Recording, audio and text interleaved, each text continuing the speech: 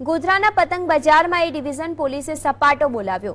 ઉત્તરાયણને હવે ગણતરીના કલાકો જ બાકી છે, ત્યારે ગોધરાના પતંગ બજારોમાં ચાઇનીઝ દોરી અને તુક્કલનું મોટા પ્રમાણમાં વેચાણ થઈ રહ્યું છે, જે પગલે પોલીસે ચેકિંગ હાથ ધર્યું હતું, જેમાં 6 જેટલા દુકાનદારો પાસેથી ચાઇનીઝ દોરાની ફિરકી તેમજ ચાઇનીઝ તુક્કલોનો મોટો જથ્થો કબજે કરવામાં આવ્યો હતો।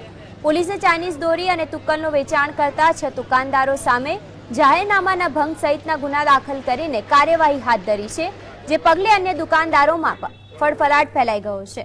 પતંગ દોરીનું વેચાણ કરતી અલગ અલગ દુકાનોમાં તપાસ રેડ કરતા કુલ ચાઇનીઝ ફિરકી નંગ 43 મળેલ છે, તેમજ ચાઇનીઝ તુક્કલ નંગ 249 મળેલ છે અને